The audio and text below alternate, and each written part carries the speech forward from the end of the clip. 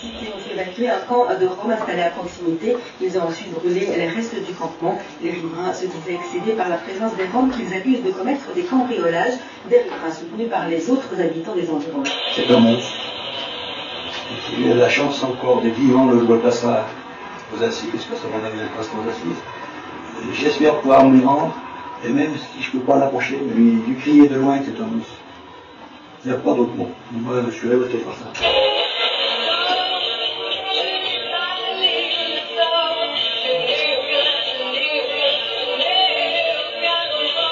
Ces crimes ne sont pas les crimes d'un fou, parce qu'un fou est irresponsable. Ces crimes sont ceux d'un monstre et d'un fanatique. Cherchez une explication aux gestes de ce fanatique, de ce monstre.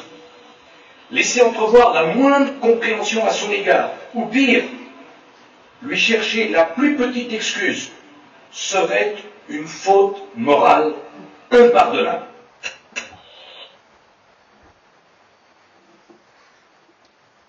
La Cour en a donc terminé avec l'exposition des aspects légaux de cette affaire. Maintenant, c'est à vous que nous nous adressons, mesdames, messieurs, les jurés. Le meurtre au premier degré, c'est-à-dire l'homicide volontaire avec préméditation, est l'accusation la plus grave qu'une cour puisse porter. Vous avez assisté à tous les témoignages, et les articles de loi s'appliquant à cette affaire vous ont été lus et expliqués. Maintenant que vous avez pris connaissance de tous les éléments, votre devoir est d'essayer de distinguer les faits des hypothèses. Un homme est mort, la vie d'un autre est en jeu. Nous vous exhortons à débattre ce cas avec honnêteté et prudence. S'il subsiste, pour vous, le moindre doute, vous devrez nous rendre le verdict non coupable. Si, en revanche, aucun doute raisonnable ne vous retient, alors vous devrez, en votre âme et conscience, déclarer l'accusé coupable. Quelle que soit votre décision, elle doit être prise à l'unanimité. Si vous déclarez l'accusé coupable, la Cour ne recommandera pas de circonstances atténuantes, ce qui requiert la peine de mort. Nous n'envions pas votre tâche. Vous êtes chargés d'une grande responsabilité. Mesdames, messieurs, nous vous remercions.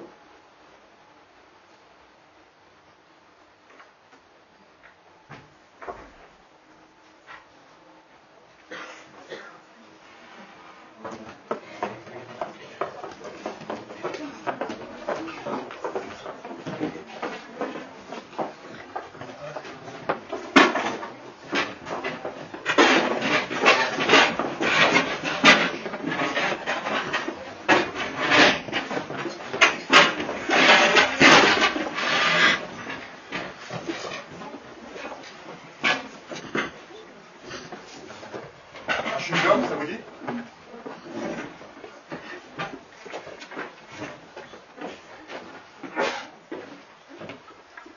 Vous savez, j'ai appelé les météos. Ils m'ont dit que ça serait le jour le plus chaud de la nuit. Ils auraient pu installer un clim dans la communale. J'ai failli tourner de l'œil, moi. Bien, mesdames et messieurs, vous êtes au complet. Si vous avez besoin de quoi que ce soit, n'hésitez pas à frapper. Je reste derrière la porte.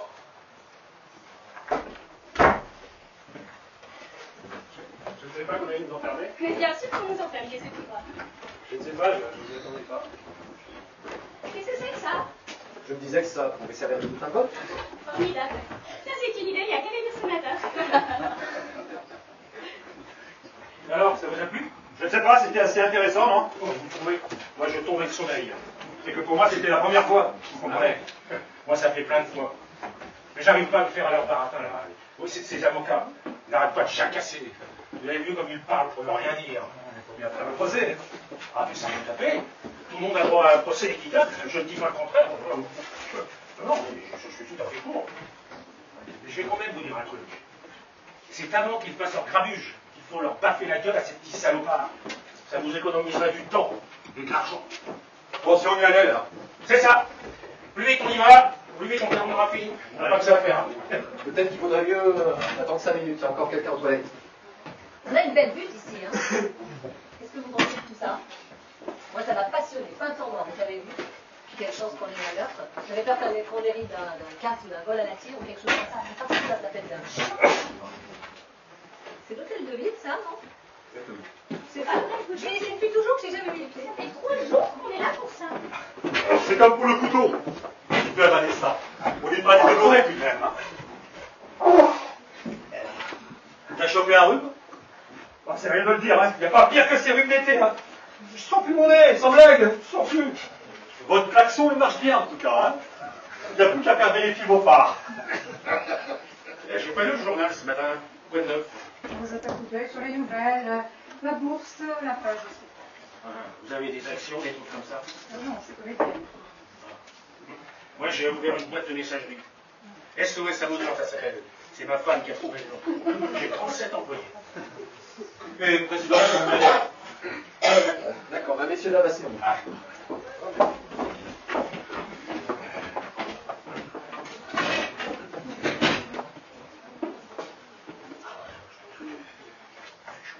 Allez, on en finisse. J'ai les places pour le match ce soir.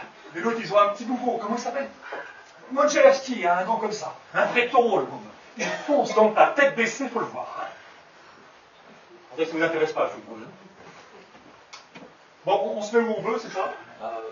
Peut-être qu'il vaudrait mieux s'installer dans l'ordre. Mais qu'est-ce que ça peut faire? Ah, je trouve que ce serait mieux de nous mettre dans l'ordre. Très bien. Le procureur, vous l'avez trouvé comment? Je ne demande pas moi, il m'a épaté. Cette façon de nous asséner ses arguments avec une logique imparable est très forte, ce type. Ça fonctionne. Vous connaissez bien son métier, oui. C'est un cerveau, vous avez vu ça? Bon, on refait notre tour de piste. Vous voulez bien vous asseoir? Monsieur, devant la vitre. Vous voulez bien nous rejoindre? Excusez-moi. C'est terrible quand même, un gosse qui descend son père comme ça, paf. Donc, figurez-vous que d'après les statistiques, On comprend pas comment ils vivent. Ils laissent comme n'importe quoi à leur place, alors ils n'ont que ce qu'ils méritent. Vous trouvez pas? Bon, tout le monde est là? Il y a encore le vieux monsieur là-bas. Vous avez le football? Vous êtes pour quelle équipe? J'aime bien Boston. Boston? Mais c'est du suicide. Ils ont personne en attaque. Personne. Bon, en défense, je dis pas, peut-être, mais en attaque. Ne pensez pas convaincant. Bon, alors, messieurs, dames, je ne sais pas ce que vous en pensez, mais sans vouloir vous imposer une règle quelconque, je propose qu'on discute un peu. Et après ça, on votera. Ou alors, on peut voter tout de suite pour voir comment ça se passe. On voit les autres amis. De toute façon, il faut toujours faire un vote préliminaire, c'est normal. Bon, ben, très bien. Allons-y alors, si vous voulez. Mais n'oubliez pas qu'il s'agit d'un meurtre avec préméditation. Si nous votons coupable, l'accusé est bon pour la chaise électrique. C'est la peine requise. Oui, nous en sommes conscients. Allez, hop, on vote. Oui, Allez. bah, ça, on verra qui dit quoi. Hein. Pas d'objection? Bon, alors le vote doit se faire à l'unanimité, c'est la loi. Vous êtes prêts? Que tous ceux qui votent coupable lèvent la main.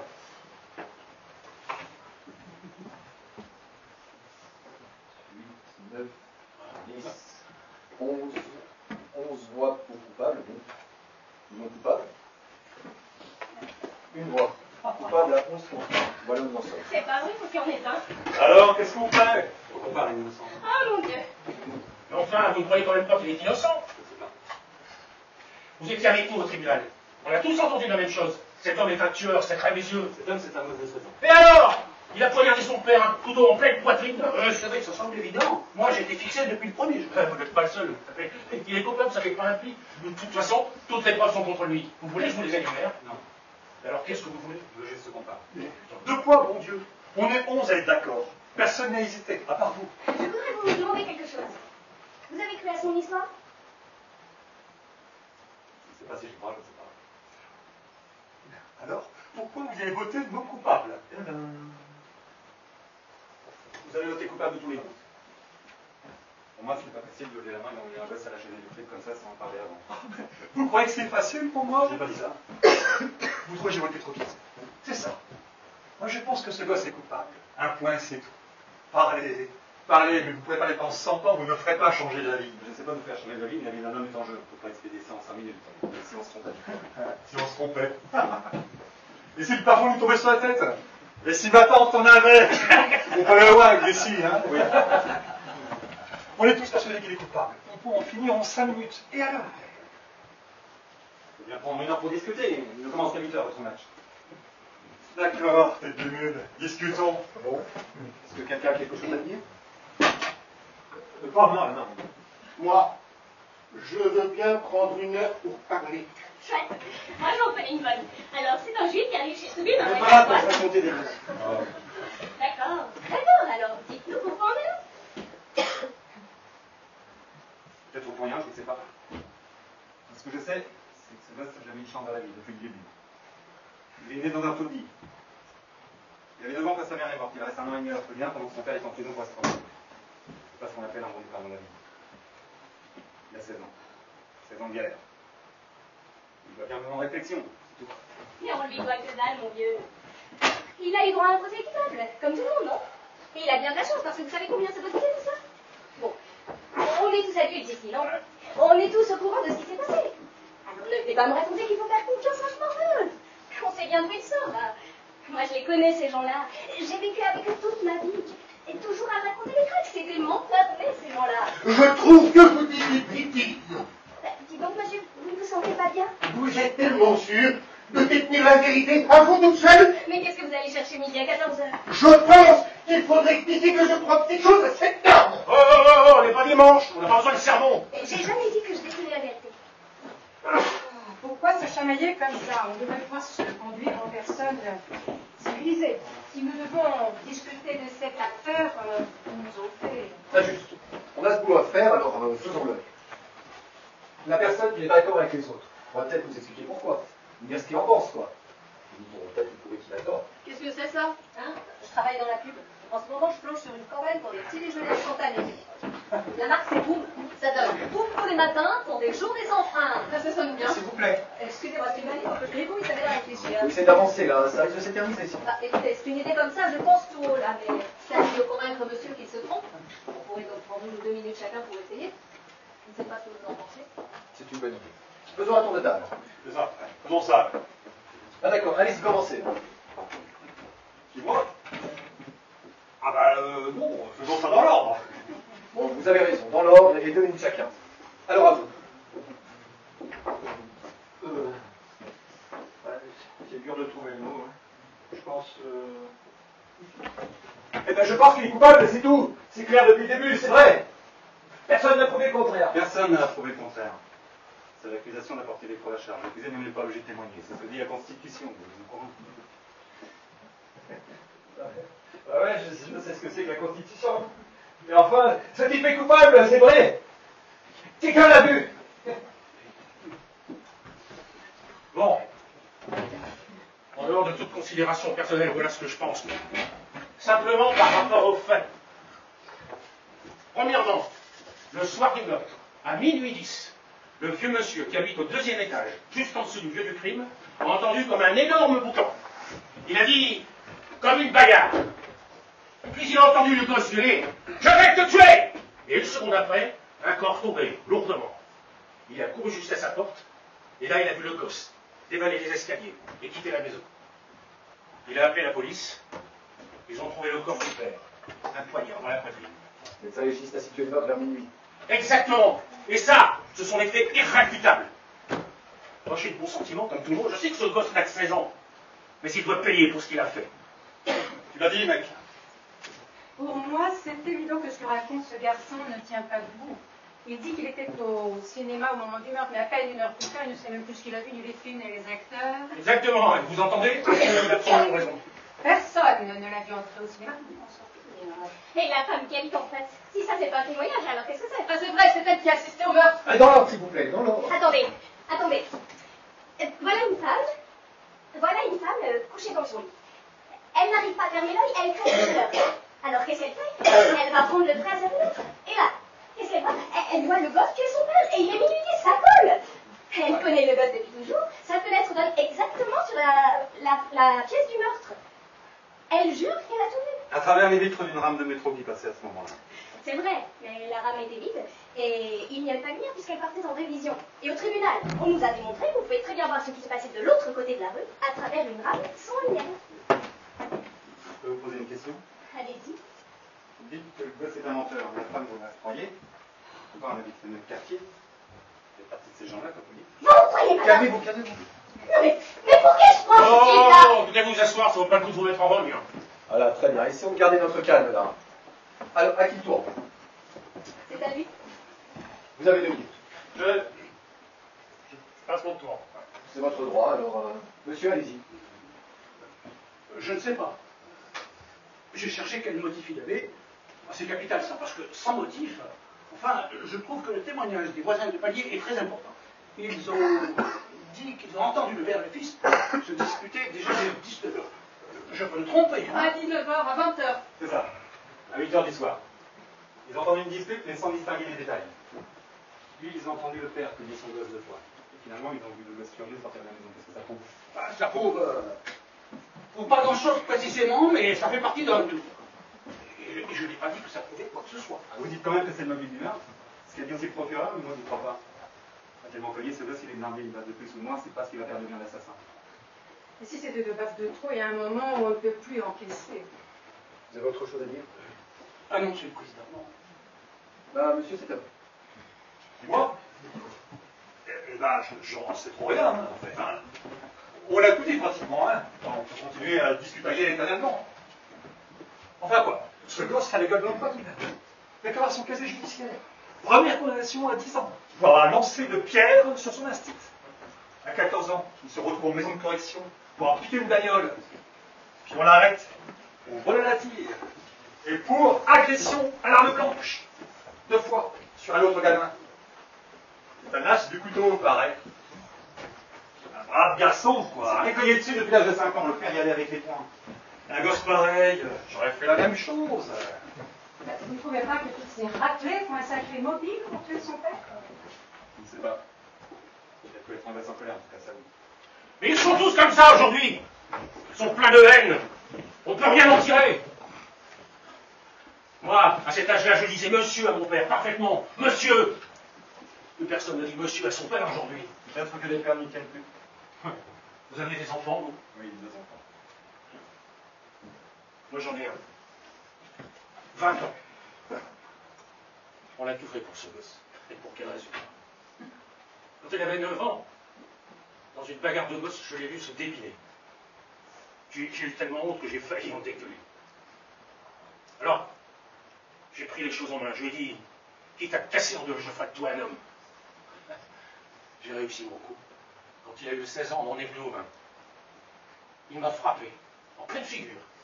C'est qu'il est costaud, morveux. Ça fait 2 ans que je l'ai pas vu. Fils salopard. On saigne aux 4 veines depuis. À quoi? On continue? Je crois que nous faisons fausse route. Bien sûr que ce gamin vient d'une famille éclatée d'un quartier sordide, mais ce n'est pas notre problème. Ce que nous devons décider, c'est s'il a commis ce meurtre ou pas. Nous n'avons pas à chercher le pourquoi du comment. Il a vécu sa vie dans la zone. On sait bien que sa vie en culture est criminelle. Tout le monde sait ça, ce n'est pas un secret. Tous ces gosses de la zone sont des criminels en puissance, une menace pour la société. Alors franchement, je ne pense pas que... Et comment? Mais tous ces gosses qui grouillent là-dedans, c'est de la racaille. Je voudrais pas m'y frotter, c'est moi qui vous le dis. Moi, je vis dans la zone depuis que je suis né. Oui, mais attends, toi, c'est... Mon enfant, j'ai joué dans une arrière-cour pleine d'ordures jusque-là. Peut-être que je suis encore, non? Écoute-moi bien. Il n'y avait rien de personnel là-dedans. Mais si, c'est personnel. Oh, ça n'a rien contre vous, faut pas être si susceptible. Ah, je comprends cette susceptibilité, moi. Ouais, il faut arrêter de s'engueuler, là, on perd du temps. Allez, c'est à vous. Comment c'est à moi? Croyez-vous vouliez me convaincre, c'est bien ça? Autant pour moi, je vous avais oublié.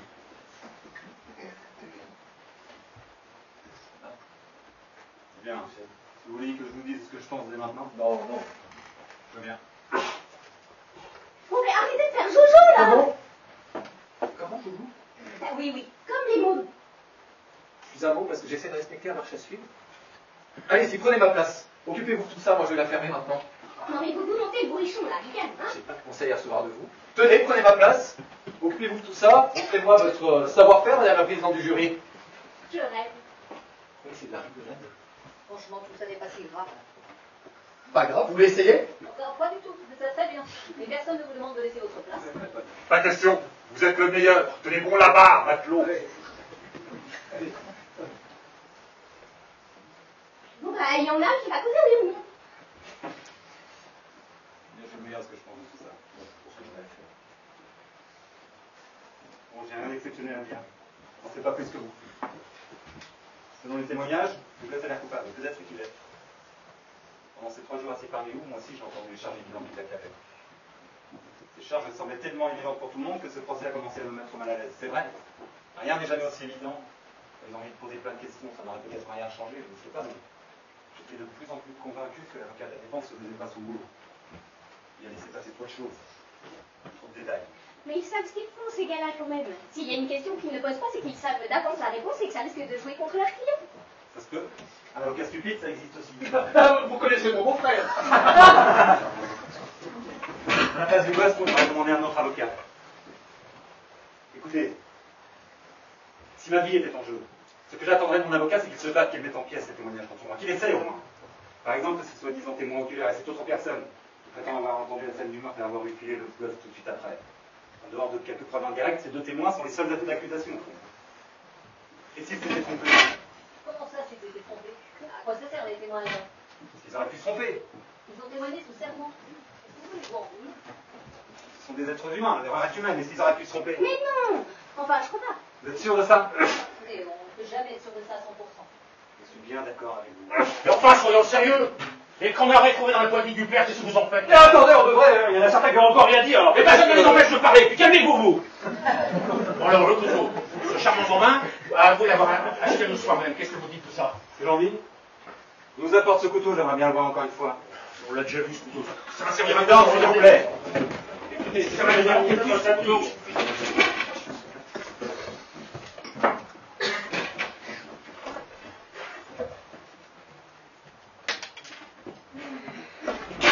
Ce monsieur a tout à fait le droit d'examiner les pièces à conviction, mais vous ne pensez pas que ce couteau et le fait que le gamin l'ait acheté le soir même sont des preuves accablantes contre lui?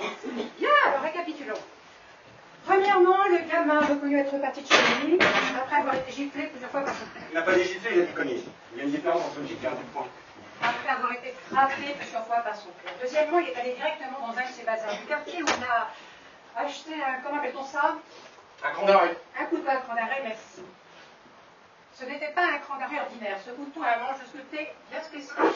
Quatrièmement, le commerçant qui l'a vendu l'a identifié au tribunal et il a affirmé qu'il n'en avait jamais eu un autre semblable.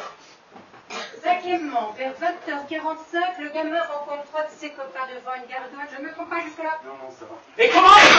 Non, mais vous me l'entendez? Et ça, c'est quelqu'un qui sait ce qu'il dit.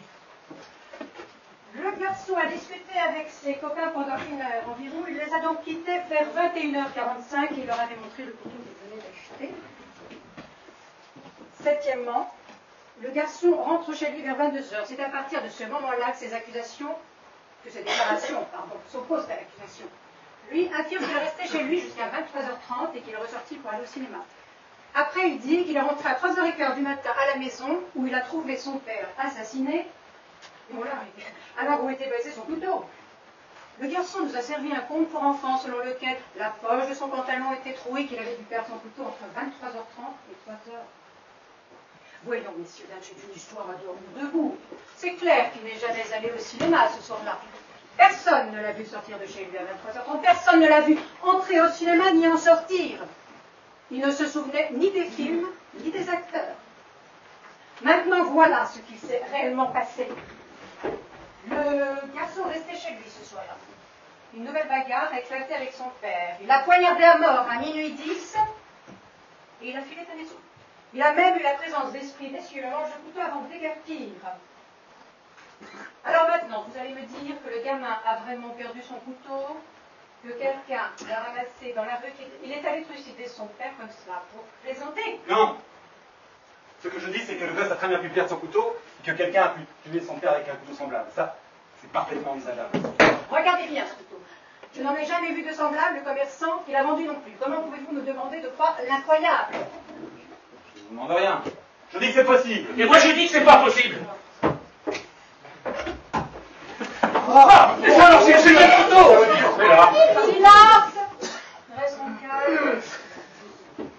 Où avez-vous trouvé ce couteau? Hier soir, je me suis promené tout seul pendant 2 heures pour réfléchir un peu. Je me suis retrouvé dans le quartier du gosse. J'ai trouvé ce couteau chez un prêteur sur gare. J'ai payé 6 $. C'est illégal d'acheter ou de vendre des couteaux comme cela. Un geste du connais des vies. Bravo. Vous avez préparé un sacré numéro. Mais même s'il y en avait 10 des couteaux comme ça, qu'est-ce que ça bouffe? Ceux qui en ont 10, c'est tout. Alors, c'est le même genre de couteau, mais c'est quand même pas la découverte du siècle. Ce serait une coïncidence extraordinaire si quelqu'un d'autre avait poignardé le père avec un couteau identique. Voilà, exactement. Il y a une chance sur 1 million que ça soit passé comme ça. C'est possible. Mais quel vraisemblable. Messieurs, dames, Pour nous asseoir, ça ne sert à rien de s'agiter comme ça. En tout cas, c'est intéressant qu'il ait trouvé un couteau comme celui du golf. Et qu'est-ce qu'il y a d'intéressant là-dedans? C'est quoi d'après vous? C'est pas bien, mais quand même. Tu parles comme c'est intéressant. Et d'abord, ce couteau, pourquoi il l'a acheté? Il affirme, je sais ce qu'il affirme, il devait en faire cadeau à un copain, vu qu'il lui avait cassé le sien en le faisant tomber par terre. Et il devait lui offrir le lendemain. C'est exactement ce qu'il a dit. C'est des conneries tout ça. Son copain il est venu confirmer à la barre que le môme lui avait bien cassé son couteau. Je sais ce qu'il a affirmé, mais quand ça? 3 semaines avant le meurtre. Et c'est comme par hasard le soir du crime, juste après qu'il ait reçu sa raclée, que ce camarade exemplaire est allé acheter un couteau et l'a retrouvé une demi-heure plus tard, planté dans la poitrine du père. Avant de l'offrir à son copain, il voulait vérifier qu'il fonctionnait bien. Je vais vous poser une question. Si le môme avait eu l'intention de tuer son père avec ce couteau, pourquoi l'a-t-il montré à ses copains après 2 ans en meurtre? Mais arrêtez, il vaut pourquoi et vaut comment. Ce gosse est un menteur, et vous le savez très bien. Peut-être qu'il ment. Bon. Vous voyez qu'il ment? Bah, ça, c'est la question la plus idiote que j'ai jamais entendue. Bah, bien sûr qu'il ment. Vous aussi, vous croyez qu'il ment? C'est pas la peine de me poser la question, vous connaissez ma réponse. Je me dis que peut-être... Peut-être quoi? Mais pour qui vous vous prenez, vous? Pour l'avocat du morveux? Qu'est-ce qui vous permet de nous interroger comme ça? Les gens sont censés réfléchir à se poser des questions, non? Oui, mais en tout cas, on est toujours 11 à penser qu'il est coupable. Exactement. Alors, où voulez en venir? Vous faites changer la vie à personne ici. On est tous d'accord. Alors, si on continue de nous tenir comme ça, on n'a qu'à dire au juge qu'on n'est pas d'accord, que le jury est bloqué, le gosse aura un nouveau procès et il sera reconnu coupable, à tous les coups.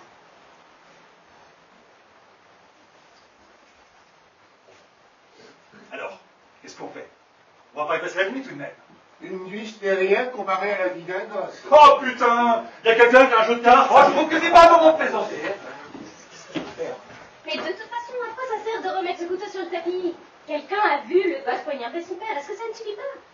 Bon, pendant qu'on discutaille là, moi j'ai le dernier numéro des œuvres à préparer, donc qu'on en finisse et qu'on fout le temps. Hein? Le couteau semblait avoir beaucoup d'importance pour le procureur, il a battu toute une Mais matinée. qu'est-ce qu'il y connaît? C'est même pas le procureur, c'est l'assistant de l'assistant du procureur. Bon, il faut qu'on en sorte là. On est en train de se noyer dans le baratin. Alors, où en êtes-vous? Vous vous retrouvez tout seul, mon vieux. J'ai une proposition à vous faire. Je voudrais qu'on vote encore une fois, mais à votre secret si possible. Moi, je m'abstiendrai. Si vous 11 persistez à voter coupable, je m'inclinerai. On pourra aller voir le juge et lui annoncer qu'on a voté coupable à l'unanimité. Et si un seul d'entre vous a changé d'avis, on pourra rester pour éclaircir cette affaire jusqu'au bout. Voilà. Si vous êtes d'accord avec ça, je suis prêt à vous suivre. Ah, vous voulez enfin devenir raisonnable. Ça marche. Ok, alors allons-y. Sympa, honnête. Pas d'objection? Bon, alors voilà des bulletins pour tout le monde.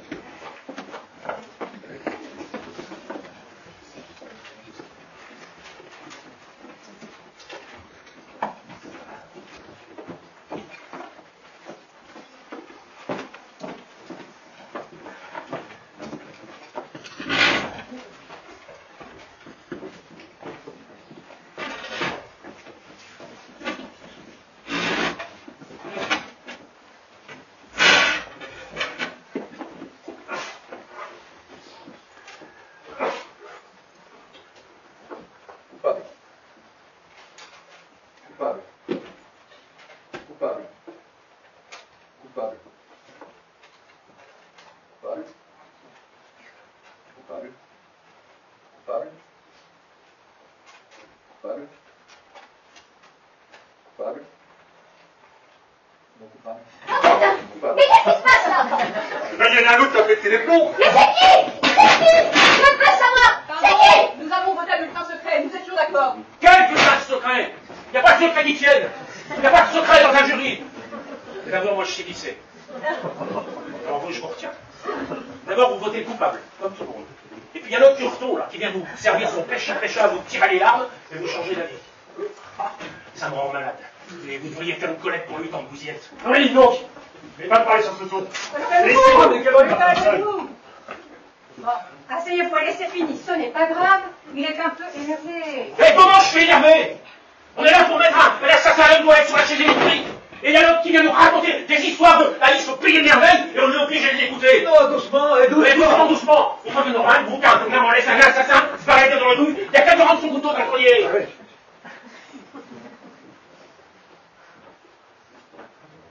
On va vraiment arrêter de s'engueuler maintenant. Hein. Est-ce que quelqu'un a quelque chose de constructif à dire? Excusez-moi, je voudrais dire quelque chose.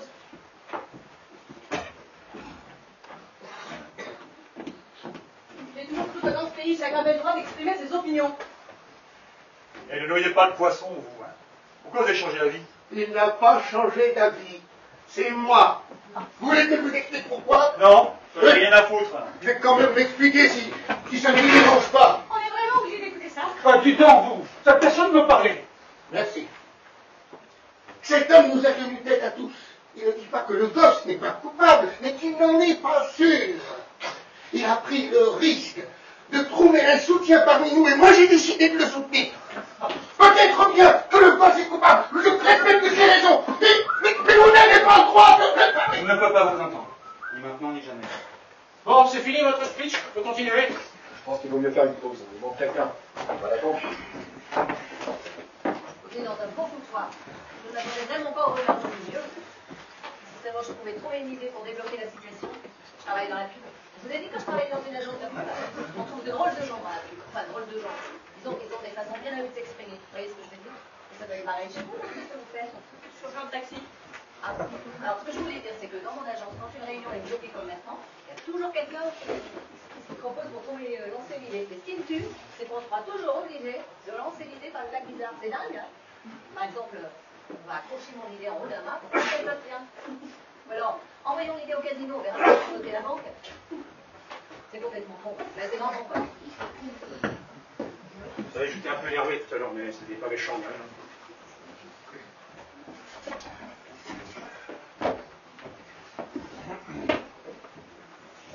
Vous êtes représentant de commerce? C'est architecte. Non, parce que vous en connaissez un rayon pour vendre un truc. La manière douce. Bravo. Ça a marché. Chapeau. Moi, je vais pour autrement. Je raconte une histoire drôle, j'offre un coup à boire, vous n'avez pas le temps de dire. L'an dernier, j'ai vendu pour 100 000 $ de confiture d'orange. Pas mal pour de la confiture. Qu'est-ce que ça te rapporte tout ça, mon pote? Ça te fait bander. Ce type est coupable. Un point, c'est tout. Alors arrêtons de discutailler avant d'avoir une extinction de voix. Est-ce qu'il vous sera arrivé au match de toute façon? Ouais. Ouais. C'est ça, mon pote. Quelle brochette, hein? Bon, c'est des gens comme tout le monde. La grande gueule, là, celui qui a parlé de son fils, c'était drôlement gênant. Moi, je savais plus où me foutre. Ouais. Quelle journée. Vous voyez qu'on en a pour longtemps encore? Je ne sais pas. Moi, je suis sûr qu'il est coupable. Il n'y a aucun doute là-dessus, on aurait déjà pu en finir. Je m'en fous. C'est moins difficile que de bosser. Vous pensez vraiment qu'il est innocent? C'est pas possible. Écoutez, on ne se connaît pas. Mais je parie que c'est la plus grave erreur de votre vie. Vous perdez votre temps, vous devriez laisser tomber. Essayez de penser que c'est vous l'accusé. Ah non, moi, je pense pas. Moi, j'ai pas l'habitude. Moi, je suis qu'un ouvrier, moi, c'est mon patron qui pense. Mais bon, je vais essayer de m'y mettre pour une fois, puisque vous me le demandez. Disons que vous arrivez à nous faire changer d'avis et qu'on le laisse filer. Mais que c'est lui qui a tué son père. Qu'est-ce que vous pensez de ça?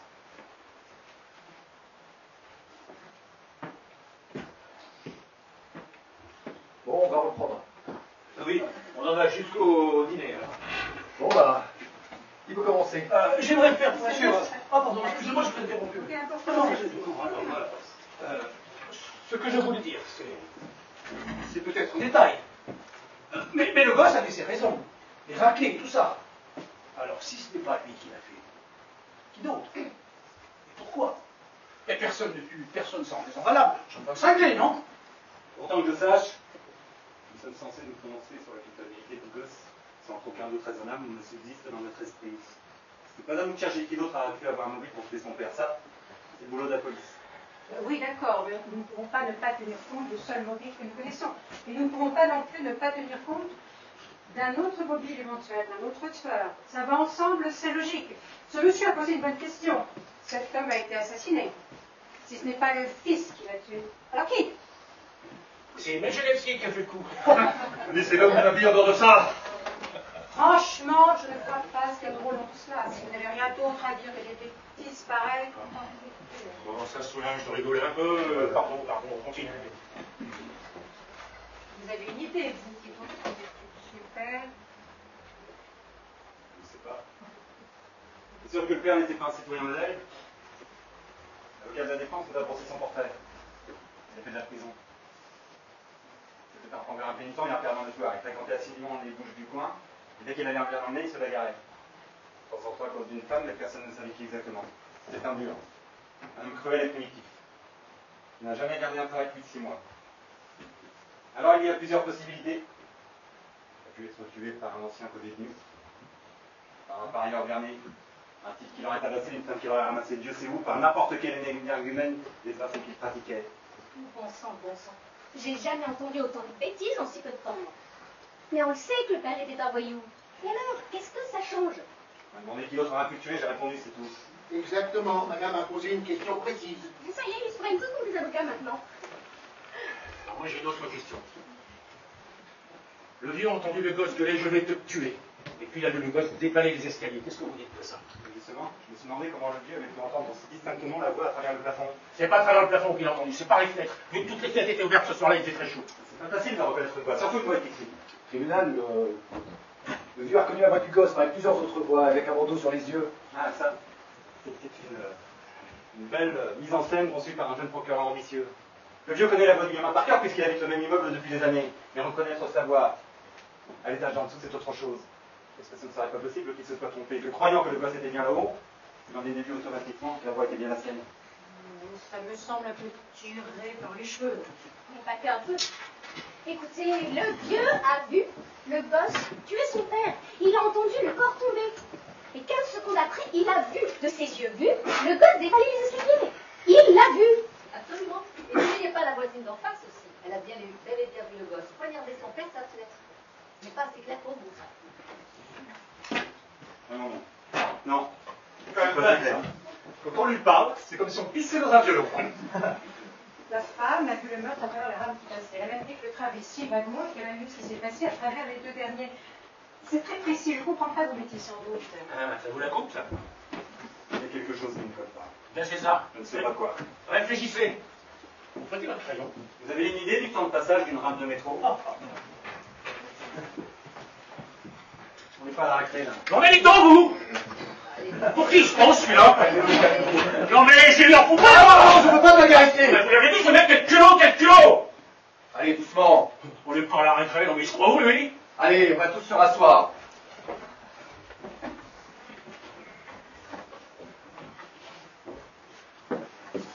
Ah, il s'excuse. Ça va comme ça que là? On peut l'écouter maintenant, oui? Merci. Je me demandais donc à quelle vitesse moyenne un rame de métro peut passer devant un endroit donné. Quel intérêt encore? Essayons d'évaluer le temps de sa fenêtre. Moi, j'en ai pas la moindre idée. Et vous? Je sais pas, peut-être 10, 12 secondes. On joue là. Je pense que votre estimation est assez juste, n'est-ce pas? Ça me semble correct. Mais on ne sait pas bientôt fini, Binet. Qu'est-ce que vous en pensez, vous, monsieur? Je dirais 10 secondes à peu près. Bon, d'accord, disons 10 secondes. Où voulez-vous en venir? Voilà. La rame de métro de 6 wagons met 10 secondes pour passer devant la fenêtre du meurtre. Quand on se penche par cette fenêtre, on peut presque toucher la structure métallique du métro aérien, d'accord? Exactement. Est-ce que l'un d'entre vous a déjà habité un appartement le long du métro aérien? Moi, je suis peintre en bâtiment et je viens justement de terminer un appartement comme ça il y a 3 jours. Alors comment c'était? Et comment c'était quoi? C'était bruyant, non? C'est à quel de dire. De toute façon, c'est pas important. On est tous un peu sonnés dans la branche. Moi j'ai vécu à une époque dans un appartement comme ça, au 2e étage, le long du métro aérien. Fenêtres ouvertes, quand la rame passe, c'est intenable. On ne s'entend plus penser. Oui, alors? J'y viens. Nous avons 2 témoignages bien distincts. Essayons de les comparer. D'un côté, le vieillard d'en dessous affirme qu'il a entendu le gosse crier « Je vais te tuer ». Il est encore tombé tout de suite après, une fraction de seconde plus tard, d'accord? C'est ça. D'autre part, la voisine d'en face dit qu'elle était à sa fenêtre et qu'elle a vu le meurtre à travers les 2 derniers wagons de la rame qui passait. C'est bien qu'elle a dit les 2 derniers wagons. On est d'accord, et après? On est d'accord que la rame met 10 secondes pour passer devant chez elle. Elle dit qu'elle a vu le meurtre à travers les 2 derniers wagons. Ça veut dire qu'on peut considérer que le corps est tombé immédiatement après le passage du dernier wagon. Par conséquent, la rame passait au moment où le vieux prétend avoir entendu la voix du gosse. Comment a-t-il pu entendre quoi que ce soit dans sa carne? C'est complètement idiot. Bien sûr qu'il l'a entendu. Vous en êtes si sûr? Le vieux dit qu'il l'a entendu, ça me suffit. Supposez qu'il a entendu quoi que ce soit, comment a-t-il pu reconnaître la voix du gamin à travers le boucan du métro? Mais vous chinoisez avec vos questions, là. Bien sûr qu'il l'a entendu. Vous ne trouvez pas qu'on pourrait attendre des précisions pareilles de la part d'un témoin parce qu'il s'agit d'envoyer quelqu'un à la chaise électrique? Je pense qu'il n'a pas pu l'entendre. Ça se peut, c'est vrai, avec le bruit du métro. Mais qu'est-ce que vous racontez, là, les mecs? On dirait bien que... Hé, oh! Bien sûr qu'il l'a entendu. Et pourquoi il mentirait, le vieux? Il n'y a rien gagné là-dedans. Si, un peu d'attention, peut-être. C'est ça, faites de l'esprit. Et vous devriez travailler dans un cabaret. Il paraît que ça paye bien en plus. Pourquoi vous lui parlez comme ça? Quelqu'un qui parle mal à un monsieur, ça mérite des pardons. Putain, mais lâchez-moi! Si vous continuez à lui parler sous ce ton, je vous en colle. Allez-y. Vous vouliez dire quelque chose? Vous pensez que le vieux monsieur a pu mentir? C'est que j'ai bien pu l'observer, vous le penserez bien. Sa veste était déchirée sous les bras, vous avez remarqué. Se présenter au tribunal dans cet état. J'ai vu un très vieux monsieur qui marchait très lentement vers la barre. Il avait une jambe qui traînait derrière lui. Il essayait désespérément de le cacher parce qu'il avait honte. Je le connais par cœur, cet homme. C'est un vieillard doux et heureux, insignifiant. Toute sa vie, il a été monsieur personne. Il n'a jamais eu droit à aucune considération. Il n'a jamais lu son nom dans les journaux. Personne ne le connaît, personne ne le cite. Personne ne lui demande conseil à 75 ans. C'est très triste d'être rien du tout. Cet homme a besoin, une fois dans sa vie, qu'on l'écoute, qu'on le regarde, qu'on tienne compte de ce qu'il dit. C'est très important pour lui, parce qu'après... Attendez, vous voulez nous faire croire qu'il aurait raconté tout ça pour faire l'intéressant? Non. Ce ne serait pas véritablement pour lui un mensonge. Il serait arrivé à se persuader qu'il a vraiment entendu le gosse crier et qu'il l'a vraiment vu sauver. Alors ça, c'est l'histoire la plus tordue que j'ai jamais entendue. Mais comment vous pouvez inventer des trucs pareils? Qu'est-ce que vous y connaissez? Il est temps d'arrêter ces enfantillages. Toutes ces interventions passionnelles ne mènent nulle part. Écoutez, messieurs, dames, cette affaire est basée sur une suite logique de faits et de circonstances. Il faut s'en tenir là. C'est vrai que les faits peuvent être différemment interprétés selon les témoins qui les rapportent. Quelqu'un veut un bonbon chez votre bord? Je veux bien. On ne va vraiment pas trop dans le gosse pour rester émotif. Vous pouvez dire tout ce que vous voulez. Si vous voulez bien, j'ai autre chose à dire. Maintenant que nous avons démontré que le vieux n'a pas pu entendre le gosse. Démontré, mais on n'a rien démontré du tout. Admettons qu'il l'ait entendu. Admettons que le vieux l'ait entendu, vraiment. Combien de fois on le dit ça dans la vie? Ma chérie, si tu fais ça, je te tue. Bien dis donc qu'ils sont, c'est à toi tout de suite, je vais te tuer, moi. Et même vas-y, champion, tue-le, on dit ça tout le temps. Ça ne signifie pas qu'on va tuer quelqu'un. Oh, arrêtez votre baratin, là. Le vieux a entendu le gosse gueuler, comme un âne. Je vais te tuer. Et ne n'est pas raconter qu'il a dit ça comme ça. Quand on dit une chose pareille, c'est qu'on va le faire. Franchement, je n'en sais rien. Hein. L'autre jour, je me suis disputé avec un collègue à la banque. Le gars qui tient le guichet à côté, à un moment, il m'a traité d'idole et moi je lui ai dit... Arrêtez! Ce petit cul vous fait tourner en bourrique. Le gosse a dit qu'il allait tuer son père et il l'a fait.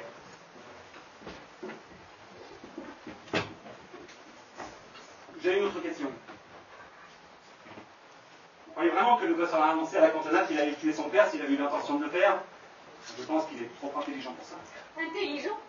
Mais c'est qu'il leur dire son cervelle, il sait même pas causer comme il faut. Il ne sait même pas parler comme il faut. Je voudrais changer mon vote. On n'en dit pas. C'est une blague? Non, vous m'avez bien entendu. Vous êtes sûr de vous? Oui, j'en suis sûr. Il fait coupable 9 à 3. Mais attendez, qu'est-ce qui vous arrive? Vous vous laissez endormir par le blabla de l'autre? Mais il devrait écrire des polars, ce mec. Il fait fortune. Quoi? Mais le fait nous crame les yeux, mon Dieu. Tout nous dit qu'il a tué son père. Même son propre avocat savait qu'il n'avait aucune chance. Son propre avocat. Vous avez bien vu qu'il a baissé les bras dès le départ. Ce ne serait pas la première fois qu'une série d'opéras accuse quelqu'un qu'on apprend des années plus tard qu'un autre a avoué son crime. C'est pas à vous que je parle. C'est à lui. Mais il n'est pas possible, vous savez, quelqu'un. Bon, dis-moi. Ce gosse avait bien un avocat. C'est à lui à dépendre. C'est pas votre rôle à vous. Vous n'avez pas marre de radoter? Les avocats ne sont pas infaillibles. Et celui-là était désigné d'office. Et alors? Et alors, ça veut dire qu'on lui a imposé l'affaire. Ça veut dire que c'est une affaire qu'il n'a pas choisie. Un dossier difficile. Tout ça, ce n'est pas très engageant pour un jeune avocat. Pour aider son client, il aurait fallu qu'il croie dur comme fer à son innocence. Et manifestement, vous l'avez très bien dit vous-même, c'est pas le cas. Oh, mais bon Dieu, mais qui pourrait croire en son innocence? Oh putain, vous avez vu l'heure? Oh non! Si vous permettez, j'ai pris quelques notes. Encore des notes? Je voudrais dire quelque chose. J'ai bien écouté tout ce qui se disait. Il me semble que monsieur a soulevé quelques objections tout à fait valables. D'après les faits qu'ils ont été exposés au procès, le garçon a l'air coupable, mais si nous cherchons à approfondir... Oh, est-ce que j'en ai marre? Voici la question que je me pose. Disons qu'il a commis le meurtre. Il a poignardé son père et il s'est enfui. À minuit 10. Et quand s'est-il fait arrêter? À 3 heures du matin, il revient tranquillement chez lui, où deux policiers n'ont plus qu'à lui mettre la main dessus. Alors s'il a vraiment tué son père, pourquoi est-il revenu sur les lieux du crime 3 heures après? Et il est revenu récupérer son couteau. Ça la fout mal de laisser un couteau dans le corps de quelqu'un. Surtout celui de son père. Ce n'est pas drôle. Le garçon savait qu'on pouvait identifier son couteau et devait récupérer avant que la police le trouve. Et s'il savait qu'on reconnaîtrait son couteau, pourquoi ne l'a-t-il pas repris tout de suite? On peut facilement imaginer comme il pouvait paniquer après avoir tué son père. Il a commencé par se sauver et une fois un peu calmé, il est revenu chercher le couteau. Tout dépend de ce qu'on entend par paniquer. Il a eu suffisamment de sang-froid pour essuyer ses empreintes sur le manche du couteau et en même temps, il aurait été tellement paniqué qu'il aurait laissé sur place. Où commence sa panique, où finit-elle? Arrêtez de cravacher. Il est revenu récupérer son couteau et c'est marre. 3 heures plus tard? C'est ça, 3 heures plus tard. À la place du gosse. Si j'avais tué mon père, je ne serais pas revenu sur les lieux du crime 3 heures après. J'aurais eu trop peur que la police me trouve. Je me serais enfui le plus loin possible, couteau ou pas. Dites donc, vous avez voté coupable. Dans quel camp vous êtes? C'est pas être loyal à un camp ou à un autre. Il y a des questions à se poser. Ça devient bien compliqué pour ma petite tête. En tout cas, moi, à la place du gosse, après le meurtre et tout ça, je serais revenu sur les lieux et reprendre le couteau. J'aurais cru que personne ne m'avait vu, qu'on n'aurait pas appelé la police. C'est vrai, il faisait nuit noire. Je voulais vraiment croire qu'on retrouverait le corps dans le lendemain seulement. Excusez-moi, mais c'est là où je voulais en venir. La femme d'en face affirme qu'un instant après avoir vu le meurtre de sa fenêtre, c'est-à-dire un instant après le passage du train, elle a poussé un cri avant de se jeter sur le téléphone pour appeler la police. Ce cri, le garçon l'a forcément entendu. Il a dû comprendre que quelqu'un l'avait vu. Il ne serait pas revenu sur les lieux du crime s'il l'avait commis. Je ne peux pas le croire. J'ai deux choses à dire. Premièrement, paniqué comme il était, il a très bien pu ne pas entendre le cri de la femme. Peut-être qu'elle n'a pas crié si fort que cela. Et deuxièmement, il a peut-être entendu, mais il n'y a pas fait attention, puisque dans son quartier, de l'agitation permanente, les cris sont monnaie courante. Eh non, la voilà votre réponse. Ça se peut bien. Peut-être qu'il a tué son père. Il a entendu la femme crier, il a filé en pleine panique, il s'est calmé 3 heures plus tard, qu'il est revenu chercher son couteau au risque de se faire arrêter. Peut-être que les choses se sont passées comme ça.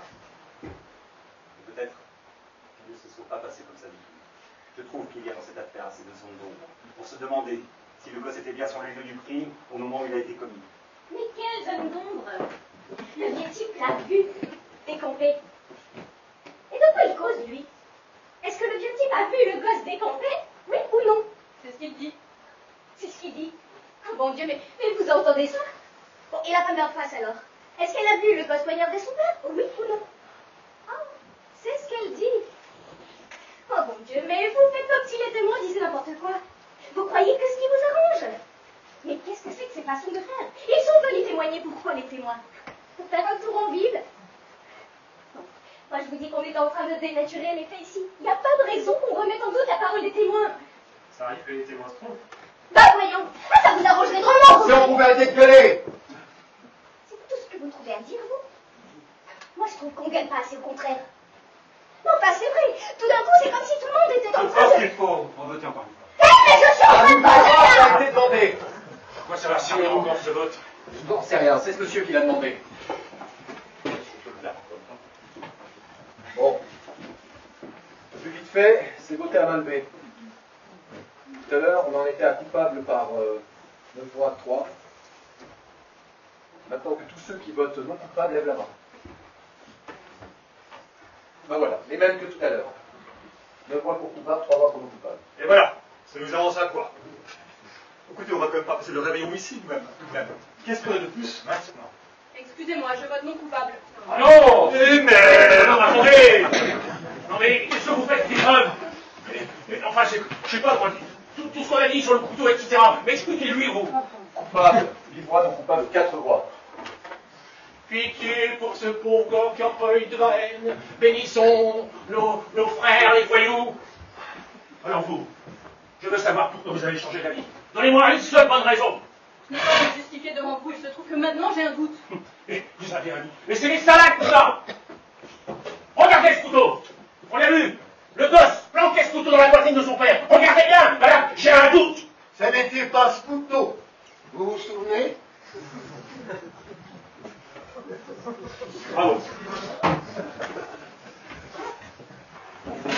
C'est quand même dingue. Vous êtes assis là tranquillement à nous sortir des histoires de votre chapeau. Pourquoi on vous croirait? On aurait vu de nos propres yeux Lamotha écraser Cerdan, et ce type-là, il serait capable de vous dire que c'est Cerdan qui a gagné. Par exemple, le témoignage du vieux. Vous voulez qu'à croire qu'il ne sait pas le défense de son lit, qu'il n'a rien entendu, qu'il n'a pas couru à la porte, qu'il n'a pas vu le gosse filer. Il aurait raconté tout ça pour faire l'intéressant. Mais qu'est-ce que c'est que ça? Attendez. Attention! Il y a le fan de Boston qui veut parler. On croit qu'il va lui faire prendre des récits pour des lanternes. Tu as dit qu'il avait couru à la porte. Couru, marché, mais quelle importance du moment qu'il est arrivé. Il a dit couru, je crois bien. Je ne sais pas de ce qu'il a dit, mais il n'a pas pu courir, ça c'est sûr. Il a dit qu'il était allé de son lit jusqu'à la porte, ça ne suffit pas? Attendez, où se trouve ta chambre déjà? Au-dessus du vestibule, vous avez oublié ça, vous savez tout. Oui. Monsieur le Président, est-ce que vous pourriez examiner le plan d'appartement? Monsieur le Président, je vous ai entendu. Arrêtez, comment ça se fait que vous soyez le seul à toujours vouloir revoir les pièces à condition? Moi aussi, ça m'intéresse de voir ce plan. Mais moi, j'en ai marre de perdre mon temps. On va quand même pas tout recommencer à zéro, la place du corps et tout ça. Bien sûr que non. Moi, je veux juste vérifier si un vieillard avec une jambe raide qui a fait un infarctus l'année dernière peut aller de son lit à la porte d'entrée en 15 secondes. 20 secondes! Non, 15! Il a dit 20 secondes, vous n'avez pas déformé ça aussi! Il a dit 15 secondes. Mais enfin, comment on peut être sûr que ça c'est 15 secondes? Comment on peut être sûr de ça? Il a dit 15 secondes, il a beaucoup insisté là-dessus. C'est un vieillard, vous l'avez vu? Il sait à peine ce qu'il dit, comment il peut être sûr de quoi que ce soit?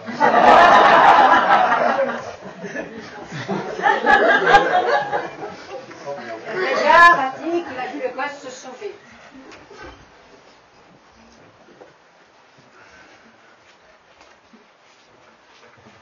Bon, voyons si on peut s'en tenir à ce qu'il a dit. Il dit que dès qu'il a entendu le corps s'effondrer là-haut, il a entendu des pas courir vers la porte d'entrée, quelqu'un l'ouvrir, et les pas dévaler l'escalier. Il est allé à sa porte d'entrée le plus vite possible. Il jure que ça ne lui a pas pris plus de 15 secondes. Donc, si le meurtrier s'est mis à courir tout de suite, Ce n'est peut-être un cas. le vieux dit que oui. Bienvenue au club des enculeurs de mouches. Hé, les sportifs, lâche-nous un peu, ça nous fera des vacances. Allez, 6 $ par jour, tu vas être obligé de me supporter, mon pote. Oh, vous l'avez demandé pourquoi au juste blanc, là? Vous permettez? Voici l'appartement où le meurtre a été commis. Le vieux monsieur habite un appartement exactement semblable, juste en dessous. Voilà la ligne de métro, ça c'est la chambre, là il y a une deuxième chambre, la salle de bain, le salon, la cuisine. Et puis au bout du vestibule, la porte d'entrée qui donne sur le palier et les escaliers. Donc, le vieux monsieur s'est couché dans sa chambre. Il dit qu'il est allé dans le vestibule qu'il a traversé, jusqu'à la porte d'entrée. Et qu'au moment où il l'a ouverte, il a entendu, il a vu le gosse se sauver par les escaliers. 15 secondes après que le corps soit tombé là-haut. C'est bien ça? Ça fait la 12e fois qu'on le dit. Son lit se trouve près de la fenêtre. Ça veut dire que la porte d'entrée est à 3 mètres. Le vestibule fait 13 mètres. Donc il aurait fallu qu'il se lève de son lit, qu'il marche jusqu'à la porte de sa chambre, qu'il ouvre, qu'il marche encore pendant 13 mètres, jusqu'à la porte au bout du vestibule, et qu'il ouvre. Le tout en 15 secondes. Vous pensez que c'est possible? Mais comment c'est possible? Il marche très lentement, il a eu besoin d'aide pour s'installer sur la chaise des témoins. Vous en parlez comme d'une distance énorme, mais ce n'est pas si long que ça. Hein. Vous Pour une personne âgée qui vient d'avoir un infarctus, c'est long. Je vais essayer pour voir combien de temps ça prend. Mais essayez pourquoi faire? Si l'avocat du gosse n'a pas parlé, c'est que c'est pas important. Peut-être qu'il n'y a pas pensé, c'est tout. Mais vous prenez vraiment cet avocat pour un imbécile? Bon. Si on n'a pas parlé, c'est que ça n'a pas d'importance. Vous avez pensé à ça? Mais écoute-moi bien, on s'en fout de ce que je pense, moi. Doucement. Si on n'a pas parlé d'avocat, c'est qu'il savait que ça allait jouer contre son client, c'est pas plus compliqué que ça. Peut-être qu'il craignait d'agresser de tourmenter un vieillard sans défense. C'est le genre de choses qui choquent les jurés. Donc les avocats qui peuvent le faire. Si c'est le cas, c'est vraiment minable, ce mec. C'est ce que je pense, peut-être. Bon, disons que les chaises, c'est le milieu. Je vais mesurer les 3 mètres à partir d'ici. Quelqu'un veut bien passer les chaises? Vous êtes sérieux, on va pas tout recommencer. Moi, ça m'intéresse. Voilà, ça c'est la porte de la chambre. Maintenant, je vais mesurer le vestibule. On a dit 13 mètres. Non mais on devient Marjou là. Et on a marre de nous faire perdre notre temps. D'après vous, c'est une affaire de 15 secondes. On peut bien prendre 15 secondes. 10, 11, 12, 13. Ça, c'est la porte d'entrée qui donne sur le palier et les escaliers. D'après le témoin lui-même, cette porte était verrouillée avec la chaîne de sécurité. Quelqu'un a une trotteuse? Oui, moi j'en ai une. Quand vous frappez du pied. Ça voudra dire que c'est le moment où le corps tombe. Ça sera le signal. À partir de là, vous minutez. Alors maintenant, on joue aux chaises musicales. Première fois de ma vie, je vois un truc pareil. Je suis prêt. Oh mais on attend quoi là? Et j'attends que la trotteuse soit sur 60.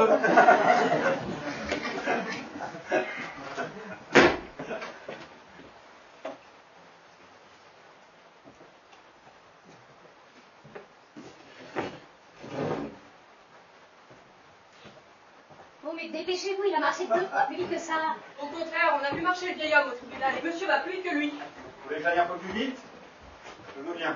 Putain, c'est pas bientôt fini, ces enfantillages. Stop! Alors ça fait quoi? 20, 15, 30, 40... 42 secondes exactement! 42 secondes! À mon avis, voilà ce qui s'est passé. Le vieux monsieur avait entendu une dispute quelques heures plus tôt entre le gosse et son père. Après, il est couché dans sa chambre. Parce qu'il entend le corps tomber là-haut, la femme crier. Alors il essaye de rejoindre sa porte d'entrée le plus vite possible.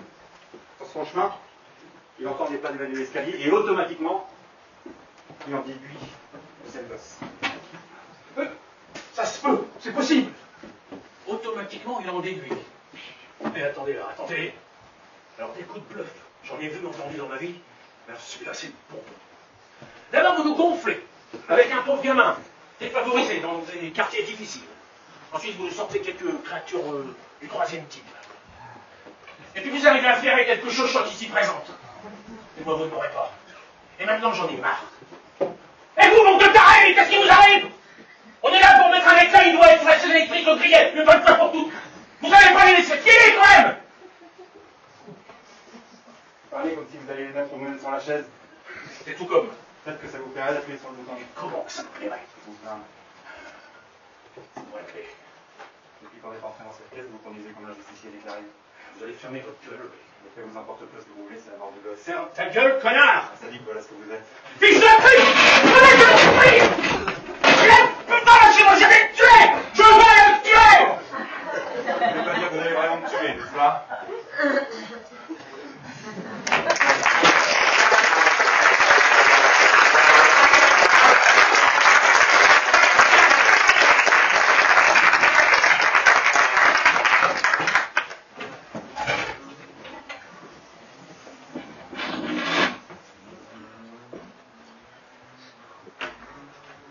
J'ai entendu du bruit.